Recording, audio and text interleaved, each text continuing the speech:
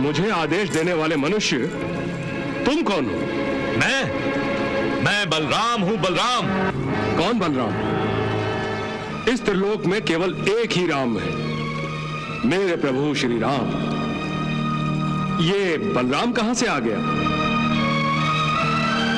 तुम केवल नाम के बलराम हो। देखो कितना ताव खा रहे हो। बलवान पुरुष न इतना ताव खाता है न इतना क्रोध करता है। ये सब तो बलहीन होने के चिन्ह हैं। बलहीन? यदि मैंने अपने बल का प्रयोग तुम पर किया तो तुम्हारे लिए बिल्कुल अच्छा नहीं होगा, वृद्ध वानर। अच्छा, मुझे क्रोध मत दिलाओ, मुझे क्रोध मत दिलाओ। यदि मैंने अपनी मुष्टि का एक ही प्रहार तुम पर किया तो सीधा धरती में धंसकर पाताल में पहुंच जाओगे। आप तो मोह माया के प्रभाव से मुक्त हैं, फिर भी आज आपके मुखमंडल पर भावनाओं का जाल सा दिखाई दे रहा है। आप कुछ व्याकुल दिखाई दे रहे हैं प्रभु। देवी, इस समय मेरा चेहरा वो दर्पण बन गया है जो हनुमान की व्याकुलता को दर्शा रहा है। मेरे मुखमंडल पर हनुमान की भावनाओं की छाया दिखाई दे रही है। वो मेरे दर्शन के लिए बेचैन हो रहा है। इसलिए आपने उन्हें वाटिका में प्रतीक्षा करने के लिए कहा था। इसमें अवश्य ही कोई रहस्य छुपा होगा। भूल गई देवी, मैंने कहा था मुझे हनुमान द्वारा मेरे अपनों का अहंकार तोड़ना है। अच्छा, अब समझी। लगता है कि अब दाऊ भैया की बारी है, वरना आप हनुमान को यहाँ क्यों बुलाते? एक ही मुक्के से द्विविध वानर को मारकर दाऊ भैया समझ रहे हैं। उनका हाथ जैसे कोई महाभयंकर महाविनाशक दिव्य अस्त्र बन गया है। हनुमान को वाटिका तक पहुंचने तो दो, फिर पता चलेगा कि बलवान क्या होता है और बलवान होने का गुमान क्या होता है।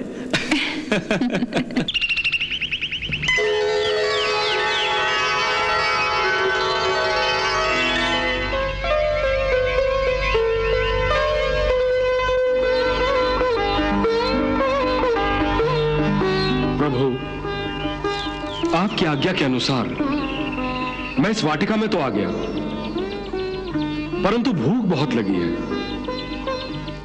आपकी आज्ञा हो तो कुछ फल फूल खा लूं। जय श्री राम।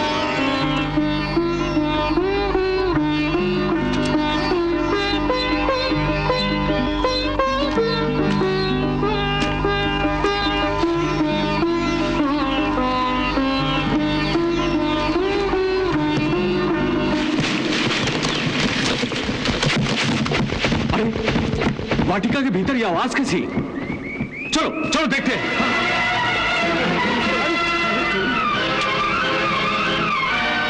अरे ये वानर यहाँ कैसे घुसा? ये द्वारिका की राजवाटिका है। चलो जाओ यहां से। अरे भाई, मैं कुछ फल खाने आया हूं, कुछ देर विश्राम करूंगा।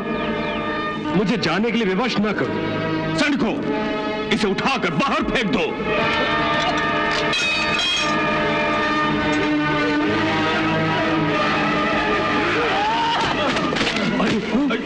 ये तो कोई माया भी लगता है। सैनिकों, इसे मार मार कर बाहर फेंक दो। हाँ, चलो।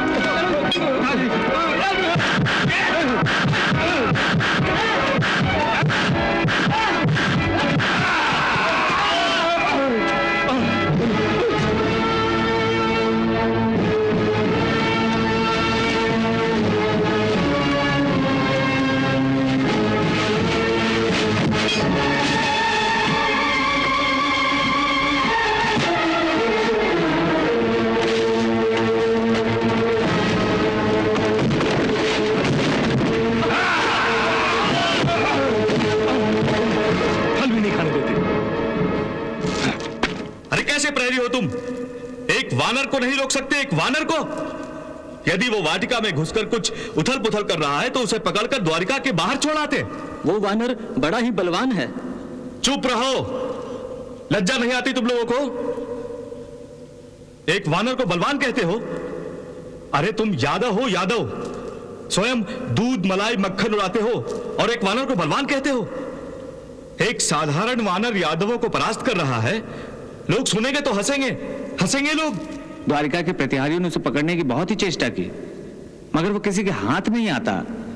उसने ऐसी उथल पुथल। चुप रहो। लगता है ये वानर द्विविध वानर की मृत्यु का बदला लेने के लिए यहां आया है। यदि ऐसा है तो द्विविध की ही भांति मेरी मुष्टि के एक ही प्रहार से वो भी नष्ट हो जाएगा।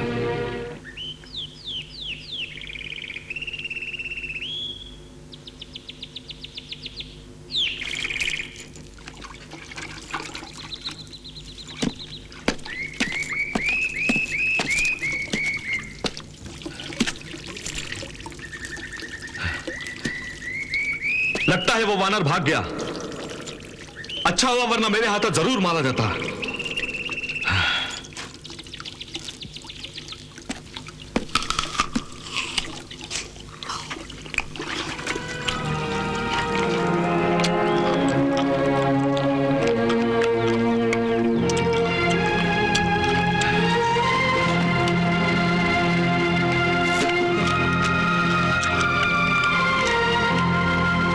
ये तो वृद्ध है।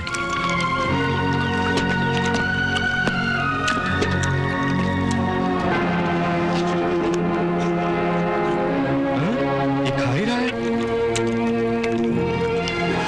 वानर,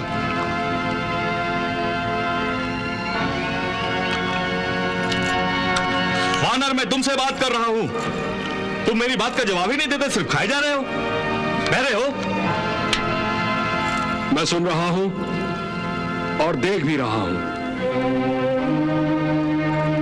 लेकिन तुम्हें दिखाई नहीं दे रहा है कि मैं भोजन कर रहा हूं। तुम में इतना शिष्टाचार भी नहीं है कि जब कोई भोजन कर रहा हो तो उसे चैन से खाना खाने देना चाहिए। वानर, भूख लगी है क्या? भूखे प्राणी को अधिक क्रोध आता है। यदि ऐसी बात है तो लो, तुम भी खा लो। मैं यहां भोजन करने नहीं, तुम्हें यहां से चले जाने का आदेश देने आया हूं। इस वाटिका की तुमने जो दशा की है उसके लिए मैं तुम्हें अवश्य दंड देता, परंतु तुम वृद्ध हो, इसलिए मैं तुम्हें क्षमा कर रहा हूं। जाओ, चले जाओ यहां से। मुझे आदेश देने वाले मनुष्य तुम कौन हो? मैं बलराम हूं, बलराम। बलराम? हाँ। कौन बलराम? इस त्रिलोक में केवल एक ही राम है, मेरे प्रभु श्री राम। ये बलराम कहां से आ गया? तुम केवल नाम के बलराम हो। देखो कितना ताव खा रहे हो। बलवान पुरुष न इतना ताव खाता है न इतना क्रोध करता है। ये सब तो बलहीन होने के चिन्ह हैं। बलहीन? यदि मैंने अपने बल का प्रयोग तुम पर किया तो तुम्हारे लिए बिल्कुल अच्छा नहीं होगा, वृद्ध वानर। अच्छा, मुझे क्रोध मत दिलाओ, मुझे क्रोध मत दिलाओ। यदि मैंने अपनी मुष्टि का एक ही प्रहार तुम पर किया तो सीधा धरती में धंसकर पाताल में पहुंच जाओगे। राम राम राम। लगता है आजकल ये रोग सभी को लग गया है, महामारी की भांति फैल गया है। जिसको देखो वो इसी रोग से पीड़ित है। तुम अपने आप को बलराम कह रहे हो, परंतु मुझे तो तुम भी इसी रोग के रोगी लग रहे हो। रोगी? और मैं? किस रोग की बात कर रहे हो तुम? वही अहंकार का रोग। चींटी के पर निकल आते हैं तो वो समझती है कि पूरे वायुमंडल पर उसी का राज हो गया है। हे वृद्ध वानर, तुम मेरा उपहास कर रहे हो। अब मैं तुम्हें नहीं छोड़ूंगा। युद्ध के लिए तैयार हो जाओ, उठाओ अपनी गदा। श्री राम, जय श्री राम।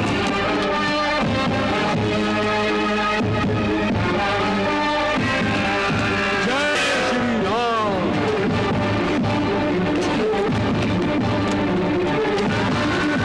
जय श्री राम। जय श्री राम।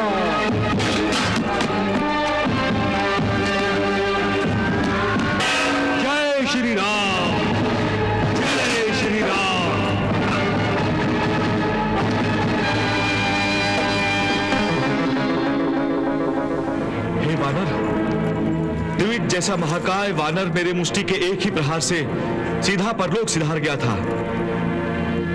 और तुम मेरे हर प्रहार को रोक भी रहे हो और सह भी रहे हो। तुम कोई साधारण वानर नहीं हो सकते।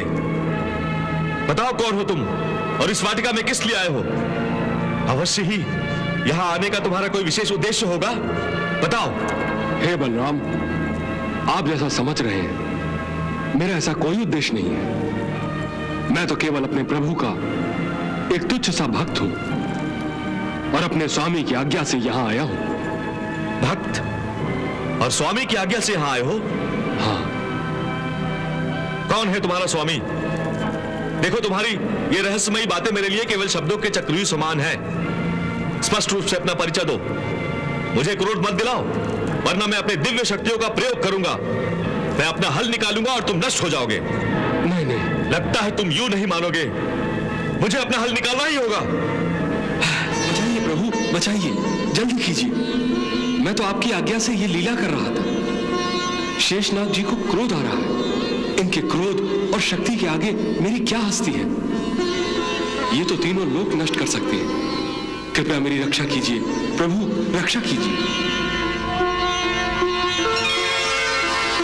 रुक जाओ दाऊ भैया। कन्हैया, तुम अचानक ही यहां?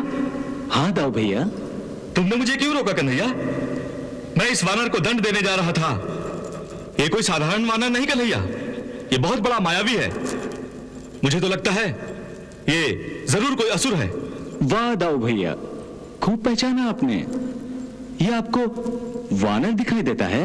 वानर? अरे कन्हैया, मैंने अपनी सारी शक्ति लगा दी थी, परंतु इसे कुछ नहीं हुआ। यदि ये कोई साधारण जीव होता तो मेरे प्रहार से सीधे पाताल में धंस जाता। अब मैं अपने हल का आवाहन करने जा रहा था कन्हैया। दाऊ भैया, जिसे आप मायावी असुर समझ रहे हैं वो कोई और नहीं, पवन पुत्र हनुमान है। क्या? पवन पुत्र हनुमान? प्रणाम बलराम जी। सच कन्हैया, ये पवन पुत्र हनुमान है? हाँ दाऊ भैया।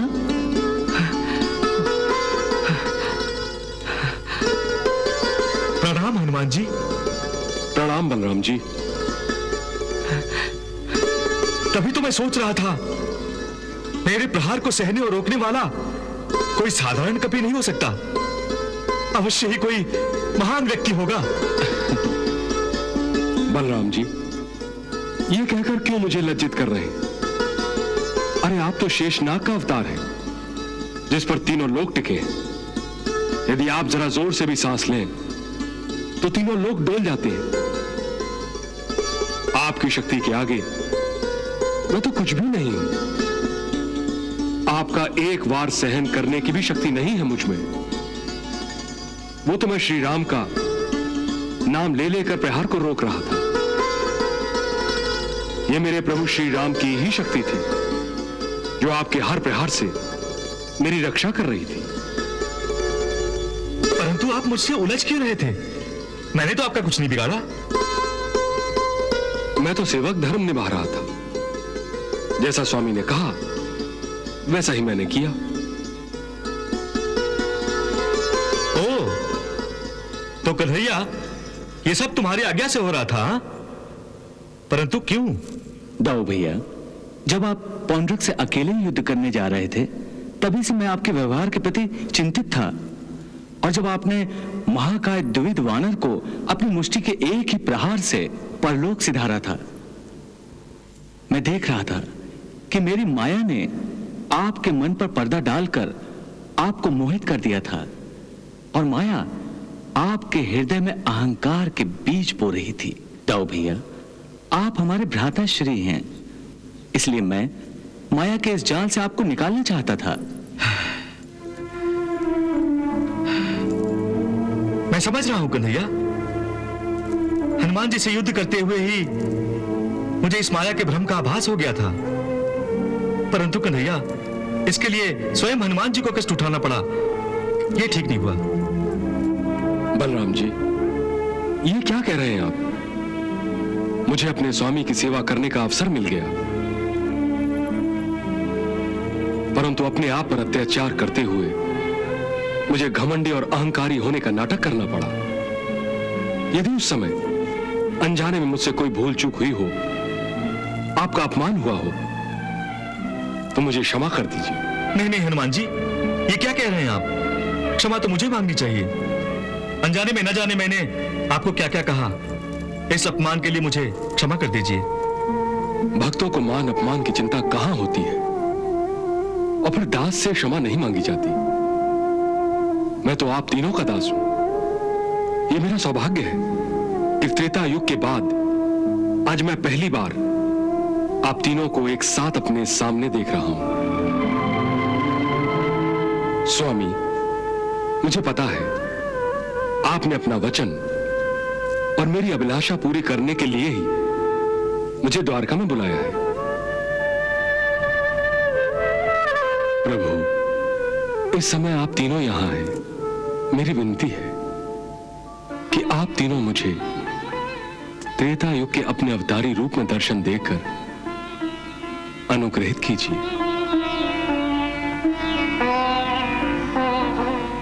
अपने स्वामी श्री राम, अपनी माता सीता और लक्ष्मण तीनों के एक साथ फिर से दर्शन कर लूंगा तो मेरा जीवन सफल हो जाएगा। मैं धन्य हो जाऊंगा प्रभु, धन्य हो जाऊंगा। प्रभु, मुझे उसी रूप में दर्शन दीजिए। आज मुझे निराश मत कीजिए। बहुत प्रतीक्षा करवाई है आपने। दर्शन दीजिए प्रभु, दर्शन दीजिए।